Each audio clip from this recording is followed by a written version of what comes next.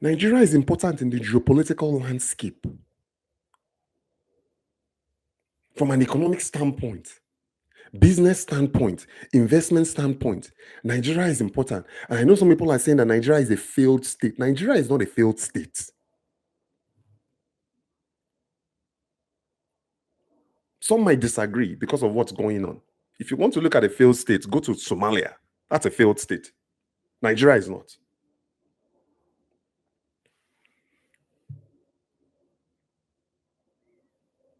So that is why the US can't allow what is happening. And yes, the president chose to go the Christian genocide angle. But I've addressed this before that this isn't really a Christian Muslim matter. When this Islamic jihadist terrorist group, when they strike, they are not going around checking everybody's ID card, asking them if they are Christians or Muslim. They are literally destroying communities and killing people irrespective of their faith.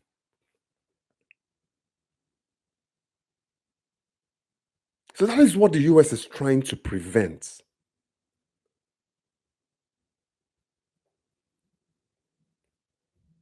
And it's a little bit embarrassing too. We can't let Nigeria off the hook on this. So,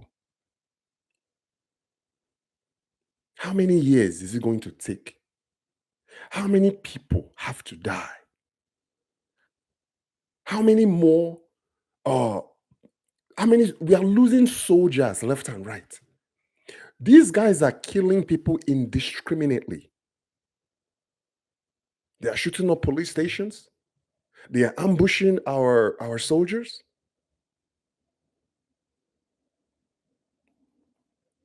And it's been ongoing for far too long in the eyes of the world.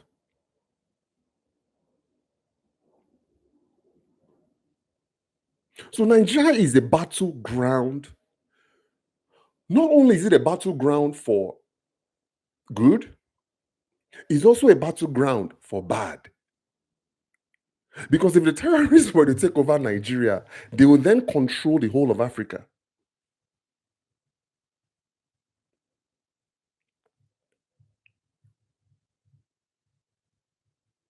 So, what is China's? It's interesting because the Chinese and the US have always had like this love hate relationship, and it's not.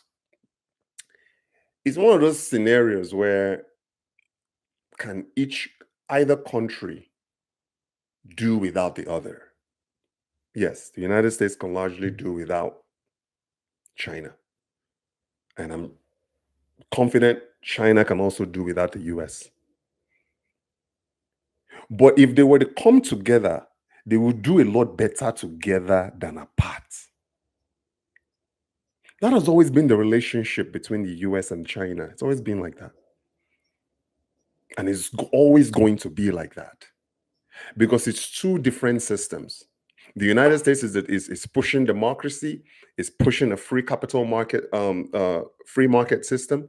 The United States is a capitalist environment and a capitalist system. China is more of a is a commun is a is a communism. It's communism, not democracy.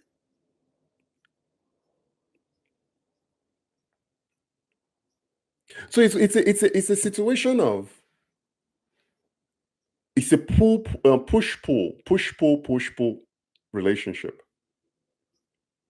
And they both realize that they need each other. They are better off together than they are apart.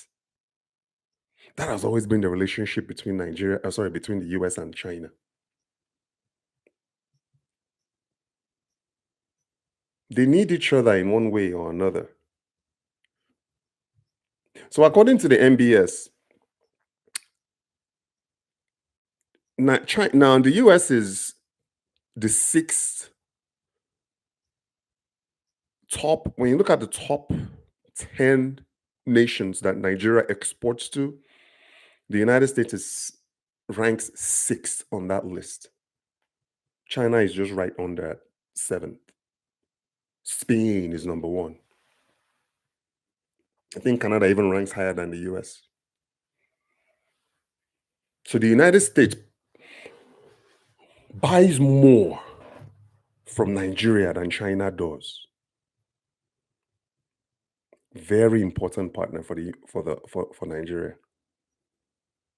But Nigeria is also in a situation now where you've heard of the Chinese loans. Nigeria owes China $5 billion. They're actually on the table right now negotiating an extra $2 billion. That's going to push the Nigerian debt to China to $7 billion.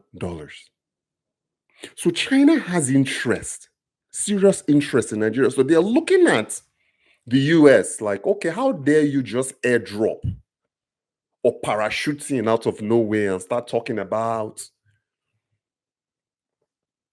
getting involved in Nigerian matters when we're the ones that's been loaning Nigeria money this entire time. And mind you, Nigeria has largely given China most of the the mining rights to Nigerian national resources. That is the collateral behind all these loans, these Chinese loans. That's the collateral. I'm an investor, I'm a business person. I'm in real estate in Nigeria. The quarries, the granite quarries, the sand quarries in South Nigeria are owned by the Chinese.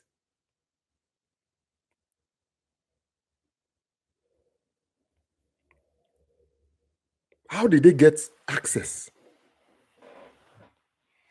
It's because of all the Chinese loans that Nigeria collects from China. That with history, as you know, Nigeria is a specialist at defaulting. And we're going to talk about this in next week's video. Nigeria is currently struggling right now, as they've always been, as far as like Nigerian contracts. They can't pay their bills, they can't pay outstanding invoices. There are a lot of people right now protesting. They want to get paid for work completed. And Nigeria has, man, the history of defaulting. Remember what happened two or 3 years ago when most of the international airlines pulled out of Nigeria for non-payments? This happened during Buhari's era. I think Emirates was one of them. They just Qatar Airlines. They stopped flying to Nigeria because they were not getting paid. And I believe it's President Tinubu that came in when he got elected, came into office. He was able to go look at all the books and he was able to settle a lot of these airlines, pay them off, and now they're back. And we also have to give President Tinubu some sort of credit too, because he inherited this problem.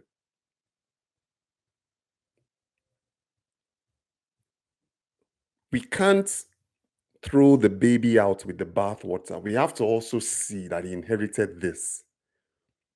He has only been in office less than 2 years. And quite frankly, if I am being honest, I like his administration. Tinubu's administration is not perfect, but Tinubu's reforms is, I've said this before, is pro-diaspora. Tinubu is making a lot of diasporans wealthy. I'm one of them.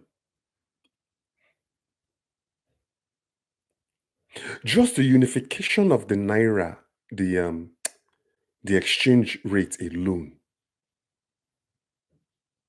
made people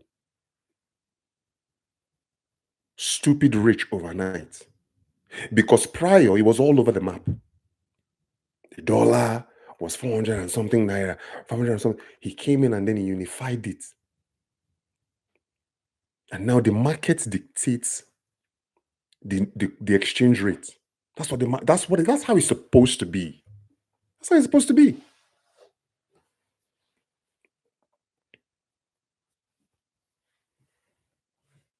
I don't know what it is right now. I think as a matter of fact, let me search and let you guys know what the current exchange rate is. But I'm sure it's like 14.50. It's a little bit Naira is a little bit strong right now, just because of the holidays is approaching. People are traveling to Nigeria. So right now it's 14.57. I use an app called SendWave. That's the app that I use to send money to Nigeria. But it's going to go. The US dollar is going to gain. It usually happens like in Q1, January of next year. It's going to gain. Um, it's probably going to be up in the 1500, 1600s again in January. So if you don't have any need right now to send money to Nigeria for projects, hold off. And now is actually not even the time to be doing any sort of project in Nigeria because Christmas is coming. I usually advise people to wait until Q1. I'll be going to Nigeria in Q1 of 2026 to continue the construction project that I have going on in Akwa Ibom State. So, do you think China's warning, and do you even think it's warranted? Do you think it's a genuine support for Nigeria? Or do you think it's just a way to protect its multi-billion-dollar interest in Nigerian mining infrastructure and energy projects across the country?